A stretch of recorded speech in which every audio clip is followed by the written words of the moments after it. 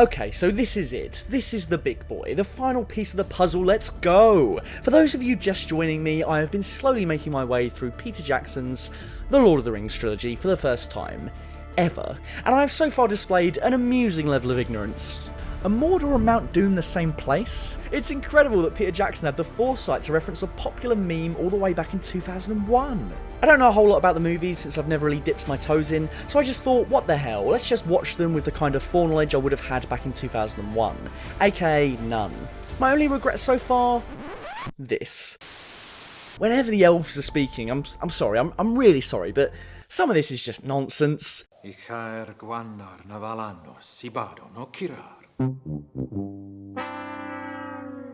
few people got mad, and you know what? I retract it.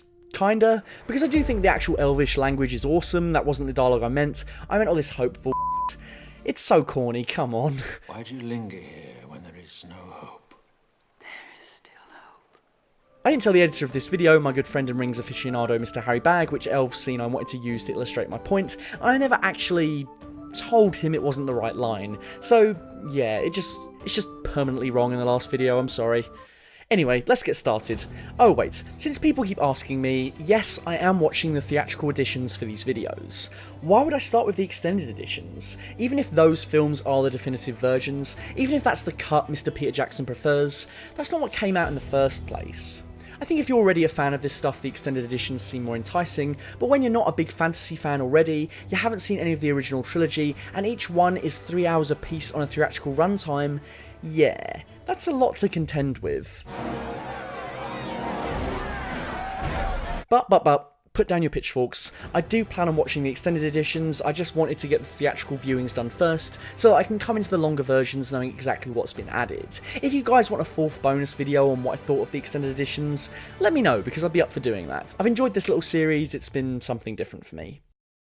Let me start off by saying that the opening scene was easily up to that point my favourite scene so far, like of the whole trilogy. Going back and seeing Smeagol when he had his humanity, I know he's not human, you know what I mean, was an unexpected journey. As you've no doubt witnessed as I watched these movies, so many little pieces and details have been spoiled for me. Seeing Andy Serkis in the movie as Riverfolk Smeagol was not one of them. I had no idea we'd actually get to see his origins, and it was both tragic and frightful. Although it did kind of surprise me to know he's always had that voice. Go on, put it on! When I saw the opening shot of the movie, it took me a couple of seconds to realise who I was looking at, but when I did, wow. I like how all this craziness started. I mean, it started back here, arguably, but anyway. I like how all this craziness started with two regular riverfolk fishing, and they just so happened to make the discovery of the century. All this epicness, everything that burns, all starts just here, on the greed of one man. Smeagol is heartbreaking. He kind of reminds me of characters like Doc Ock and the Green Goblin. They're corrupted by forces and powers beyond them, but that question of responsibility always lingers. How much of the evil is the ring, and how much of it is Smeagol himself? Did this darkness merely illuminate the evil that was already within him, or was his heart truly good? This is so horrific. The makeup for the mid-transformation Gollum is so grotesque. It's truly a fate worse than death. Even though we watched him murder his friends just minutes beforehand, we can't help but feel sorry for him as every last shred of his humanity and identity is stripped away. There should be enough. For what? The journey home. The first 10 minutes of this movie are nothing but pain being shown and darkness growing stronger, and here comes Samwise with that giddy optimism. You gotta love it. Although it also serves to highlight the chilling reality for Frodo. He doesn't even consider the idea of the journey home until Sam mentions it. He's resided in his fate. The salted pork is particularly good. Damn, it feels good to be a gangster. Usually when the enemy fortress is taken in movies, the heroes walk off into the sunset, but nah, Merry and Pippin, they party down. No. There's no power anymore. That's lame. It's incredibly disappointing that Saruman just drops out of the third movie. Again, I'm not a fan, I'm completely in the dark here. Maybe fans were super happy about this, maybe they weren't, maybe no one cared. But I have to say, after that battle between Gandalf and Saruman in the first movie, I was fully expecting them to go at it in the third movie. They're two of the most powerful players on the board, and McKellen, after all those chess metaphors, man, why didn't we see you take the king? Yes, Eowyn and Aragorn, the one true pairing. No, what are you doing? Go back, you moron. He's going to get with the other one, isn't he? What does your heart tell you? That Frodo is alive. Love this quiet little moment between Gandalf and Aragorn. They have to place so much blind hope into such an impossible journey, knowing if it's not done, there is nothing they can do. All they can do is hold fast in their beliefs in Frodo. Gandalf is head to toe milk across this entire movie, though. Run, Shadowfax. Show us the meaning of haste. What a great line. In fact, Gandalf gets all the killer lines. It's the deep breaths before the plunge. Prepare for battle! Death is just another path, one that we all must take. Come to it at last. The great battle of our time. Authority is not given to you to deny the return of the king. They actually do a really good job of saying the title of the movie in each instalment. It's pretty cute. I looked into your future and I saw death. There is also life. Ah, the elves' dialogue is so bad. This is a hill I'm going to die on. I'm sorry, I just don't dig any of this dialogue. It's Sauron has yet to reveal his deadliest servant. I like that the Nazgûl have just gotten stronger and stronger and more interesting with each passing instalment. The Witch King of Angmar is like the upgraded final boss version of the first boss you face in a video game. I like that men such as mercenaries have joined to fight for Sauron too. It's literally a side comprised of greed and insidious intentions. It's probably the greatest battle of good amassing against all the evil. Maybe that's a hot take, maybe that's stupid, I'm not sure. Are you?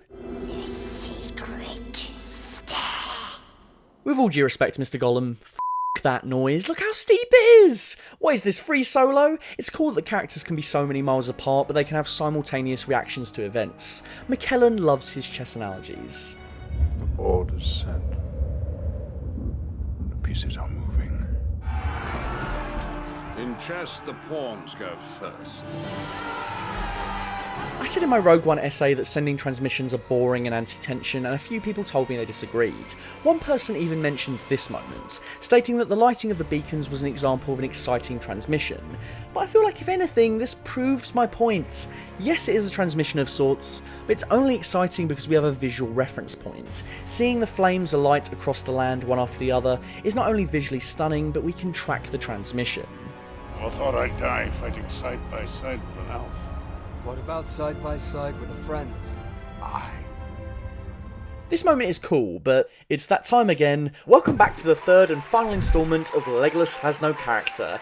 I can say he sucks now, I've seen the whole thing. Across 3 epic movies, Legolas fires his bow and uses his elf eyes, but he's just way too stoic for me. The only thing that I really love about him is that Legolas is only 3 letters off of Lego, and Lego is great. Nothing is ever really illuminated about the character. Yes, he grows as a person by befriending Gimli and putting aside his prejudices, but that whole thread is given far more weight to the dwarf. Gimli has been consistently funny, I know what sort of person he is, I have a sense now of what he would say or do or feel in a given situation. That moment... What about side by side with a friend? That moment, to me, that is all payoff for Gimli, and Legolas is kind of the conduit through which we get there. Legolas is great for spectacle, don't get me wrong. The part where he takes down an entire elephant riding company of baddies is exciting for sure. I just wish I cared more about the person doing it. On that note, I was pretty saddened to see so many of those elephants getting shot to death. I understand it's in the heat of battle and they have to take them out, but it's still a little cruel to watch. I'm sure somebody will tell me what a little bitch I'm being, and feel free. I don't know, it seems a little excessive to shoot the animal in the head after you took out the evil beings controlling it. It's not Mr. Elephant's fault. I suppose if Legolas didn't bust a cap, then the elephant would have continued running around the battlefield and killing more innocent people, so yeah, I'll let it slide. But still. This movie doubles down on the fact that the Frodo-Sam thread of the trilogy is easily the best plotline, and I suppose maybe that's a bit of a duh, but again, I wasn't sure what to expect in terms of whose story was weighted which way, so it's nice that this is what it is. The spider sequence is fantastic. Edge of your seat stuff. From the moment you see all the cobwebs, you just know there's a spider around the corner. I'm screaming at Frodo, why the f*** are you laying there right now? Get the hell out of there, man. For my sake. The weight to this CGI spider model is fantastic because it makes it feel lumbering and heavy enough for you to believe it's there, and yet this spider is also so incredibly agile and quick. Every time you see a shot of the spider and Frodo together, it freaks me out. He looks so close to him, just get away, ugh! Jackson just lets you see all of this thing in every excruciating detail. I love the shot where its mouth just covers the entire screen as it lunges towards the camera. This sequence has tons of little moments of brilliance too, like the fact that Gollum just Can't spit bars for shit.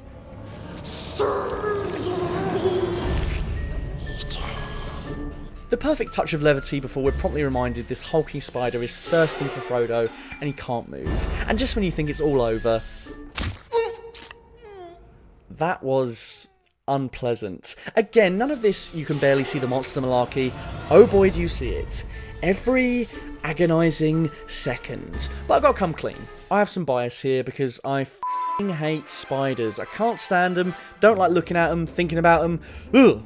And yes, Mum, I understand that they're good for the kitchen because they get rid of the flies and that they're more scared of me than I am of them, but I still don't like them, god damn it! In all honesty, the arachnids in the UK are fine. They're too small to creep me out, but any other spiders, that noise, I'm out of there. I mean, good god, look at these things. If you'd never known what a spider was, and I described one of these to you, you'd think I was talking about a horrifying alien creature.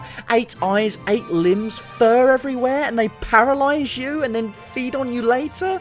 In fact, you know what? I'd take tiny garden spider-sized xenomorphs under the sofa over spiders. I'd take a regular-sized xenomorph over garden-sized spiders. Horrible. Absolutely horrible. So when I see Frodo, then Sam getting right up close to this spider's gnashes, please God no, don't put your bloody hands near it, man. Also, gotta say, I do like that Sam doesn't kill the creature. At least he doesn't seem to. If I'm going to pick apart killing the elephants, then I have to praise the lack of spider-side. I mean, good old Spidey's just got to eat. I'm sure he's really, you know, got a good hot off.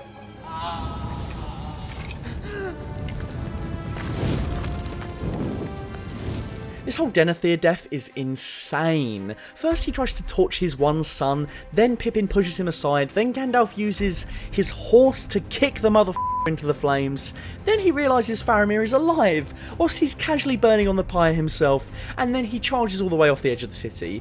Good lord of the rings. That was a death and a half. Probably deserves it for the way he eats.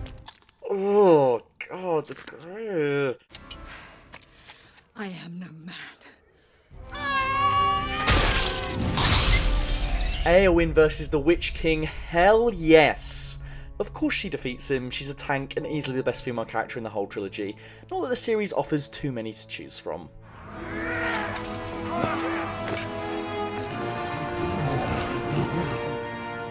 Aragorn's return, it's awesome, I'm not sure what else to say here really. The last 2 battles of the series are just pure carnage and seeing Aragorn embrace his king shit is king shit, really. But it is not this day! This day we fight!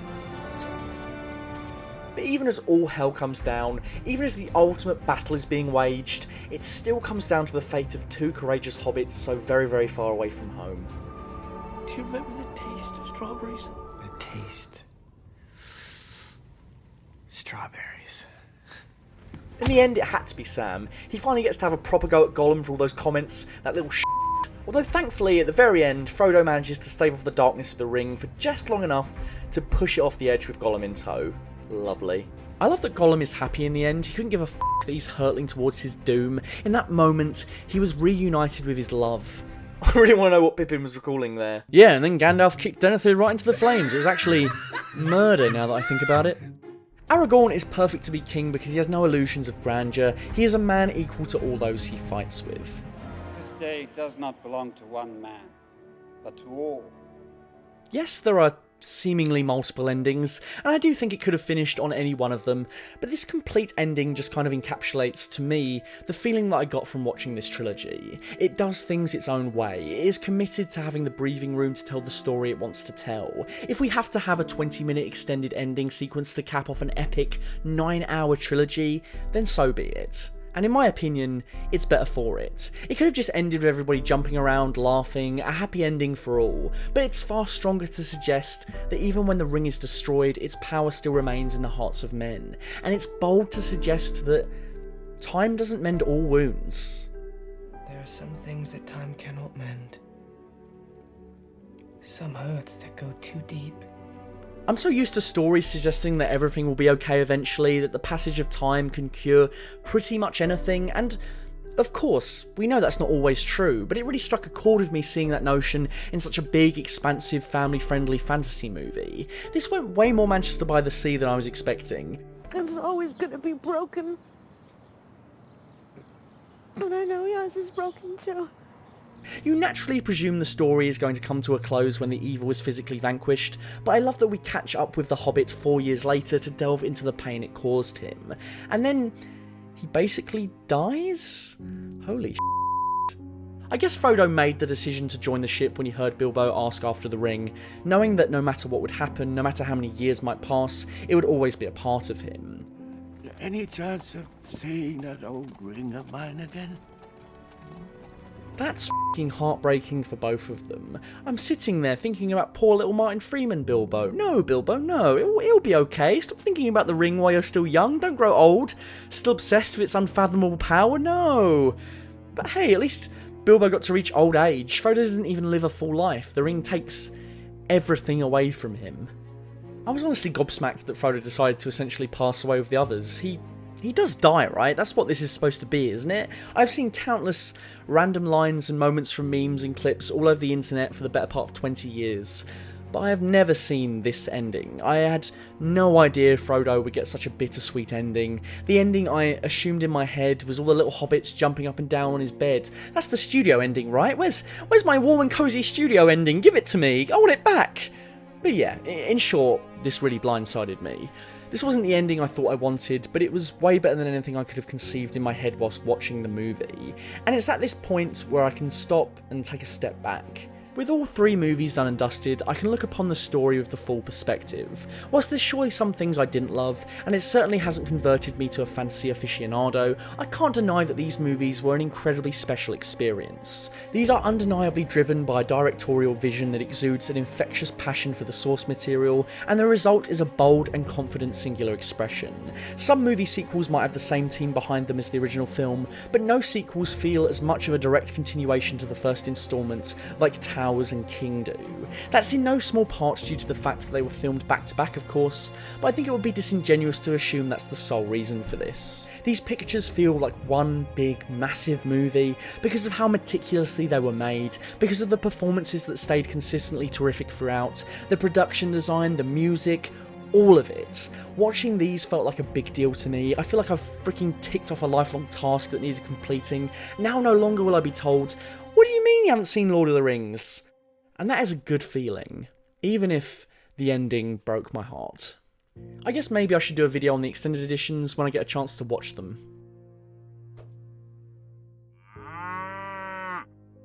Thank you for watching another full fat video. Don't forget to click that subscribe button if you'd like to see more of our deep dives into reality TV. Also, huge thanks to all of our patrons, especially Dr. Chike, Jax Merrick and Mike Nandu. You're all amazing. Until next time, stay